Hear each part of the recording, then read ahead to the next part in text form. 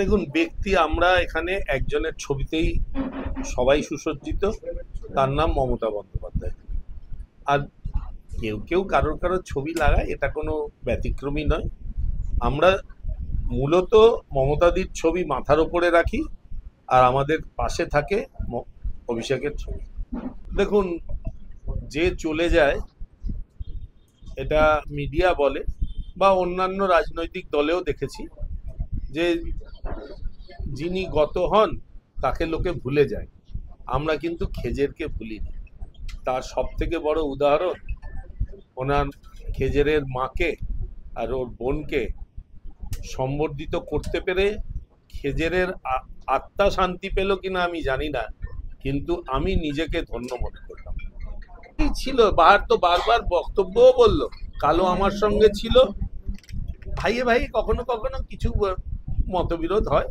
আপনার বাড়িতেও যদি আপনার দুই ভাই থাকেন, দেখবেন বিশেষ করে একটু অনটনের পরিবারে রোববারের বাজারে ছোট ভাই মাংসের দুটো বেশি পিস নিয়ে নিলে বড় ভাই একটু গোসা হয়।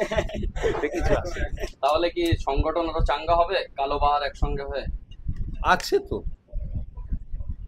আরেকটু কি মজবুত হলো 26-এর আগে? 26-এর আগে 2008 সালে এখানে ঢুকতে পারিনি। 2009 সালে সারা রাত্রির গুলির লড়াই হয়েছে এর পাশেই বালিগুড়িতে। আর 26-এর আগে লস্করহাটিতে আমার মনে হয় এখানে অন্য দলের কর্মী খুঁজতে সময় লাগবে। দেখুন, দাদা এসছেন, এর থেকে বড় খুশি আর কেউ আমি হব না। বিরাট খুশি আমি। বহুদিন পরে দাদা আমাদের অফিসে এসছেন। দাদা জিম সেন্টার উদ্বোধন করেছিলেন, দাদা আমাদের এই অফিসও উদ্বোধন করেছিলেন, তারপরে আমপান ঝড়ে ভেঙে যেতে তারপরে দোলাদি পুণ্যেন্দু যেটি উদ্বোধন করেছিলেন। কোনো বদল নয়, ছবি কোনো বদল হয়নি। দেখুন, ছবি ছবিই আছে। দেখুন, কে এই সবগুলো বলছে আমরা জানি না।